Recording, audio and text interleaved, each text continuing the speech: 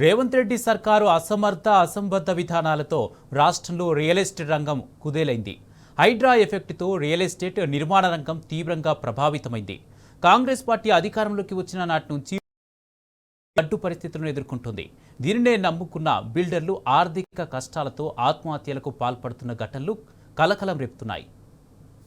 తెలంగాణ రాష్ట్రం వచ్చిన తర్వాత కేసీఆర్ ప్రభుత్వంలో గత 10 సంవత్సరాల్లో ఎక్కడ కూడా తగ్గకుండా రియల్ ఎస్టేట్ వ్యాపారం అగ్రగామిగా నిలిచింది. భారతదేశంలో రియల్ ఎస్టేట్ వ్యాపారం కావచ్చు, పెట్టుబడులు పెట్టాలంటే అది హైదరాబాదే అనేది అట్టగా దిక్సూచిగా ఉన్నటువంటి హైదరాబాద్ నగరం కాంగ్రెస్ ప్రభుత్వం ఏర్పడ్డ 2 సంవత్సరాల్లో పెట్టుబడులు రాకపోవడం, దాంతో పాటుగా రియల్ ఎస్టేట్ వ్యాపారం కుదేలు పడడంతో బిల్డర్లు కావచ్చు, రియల్ ఎస్టేట్ వ్యాపారస్తులందరూ కూడా ఇబ్బందులు పడుతున్నారు. అసలు ఏం జరుగుతుంది, హైదరాబాద్ నగరంలో ఏ విధంగా రియల్ ఎస్టేట్ వ్యాపారం ఉంది, దాన్ని కట్టినటువంటి భవన నిర్మాణదారులు కూడా ఎలా ఉన్నారనేది తెలుసుకునే ప్రయత్నం చేద్దాం.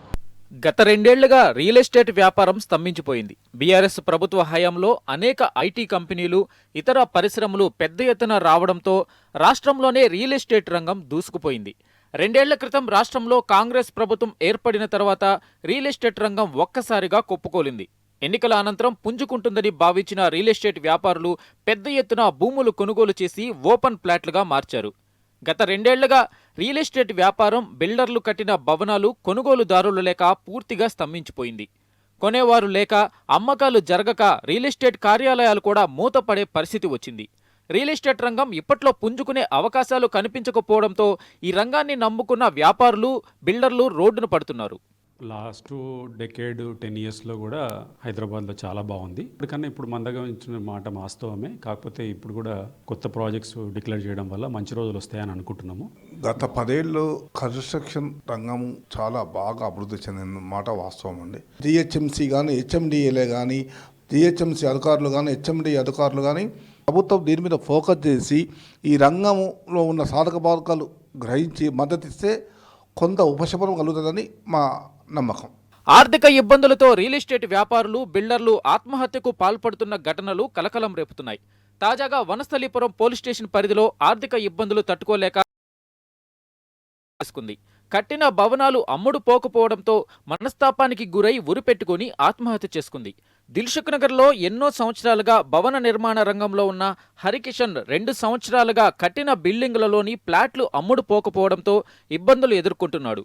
బయట నుంచి తీసుకువచ్చిన డబ్బులకు నెలవారీ మిత్తి పెరగడం, అప్పులు ఇచ్చిన వారు ఇంటికి వచ్చి ఇబ్బంది పెట్టడంతో తన భర్త కష్టాలు చూడలేక అతని భార్య ఆత్మహత్య చేసుకుంది.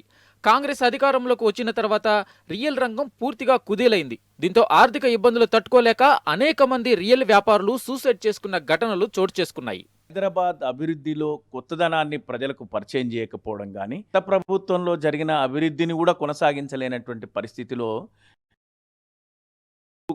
బీఆర్ఎస్ హయాంలో అనేకమైనటువంటి ఎస్ఆర్డిపి కింద హైదరాబాద్లో ఫ్లైఓవర్లు కానీ, అండర్ పాస్లు కానీ, నూతన టీఎస్ ఐపాస్ కానీ, టీఎస్ బీపాస్ కానీ ఇట్లాంటి అనేక సరళీకరణ విధానాలతో పాటు దాంతోపాటు విదేశీ పెట్టుబడులను ఆకర్షించడం, రాజకీయ స్థిరత్వం ఉండడం వల్ల 3.5 లక్షల కోట్ల విదేశీ పెట్టుబడులను ఎగ్జిక్యూట్ చేయగలిగింది.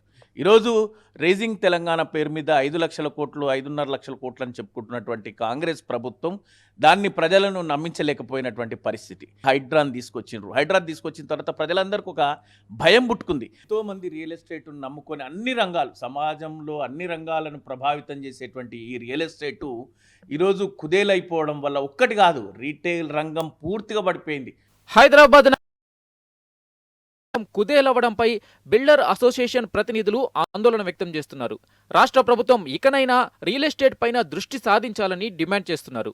నగరంలో పెట్టుబడులు రావాలన్నా, అభివృద్ధి చెందాలన్నా రియల్ ఎస్టేట్ రంగం కీలకమని వారు చెబుతున్నారు. నగరంలో కాంగ్రెస్ ప్రభుత్వం ఏర్పడ్డ 2 సంవత్సరాల్లో రియల్ ఎస్టేట్ వ్యాపారం కూడా కుదేలు పడడంతో ఇబ్బందులు పడుతున్నారు బిల్డర్లు. నిర్మాణ రంగంలో పెట్టుబడులు పెట్టినటువంటి ఎవరైతే బిల్డర్లు ఉన్నారో వాళ్ళ యొక్క పెట్టుబడులు అనేది ఆగిపోవడము, దాంతో పాటుగా కొనుగోలుదారులు లేకపోవడంతో వాళ్ళు ఇబ్బందులు పడడంతో ఆత్మహత్యలు చేసుకునే పరిస్థితులు కూడా ఉన్నాయి.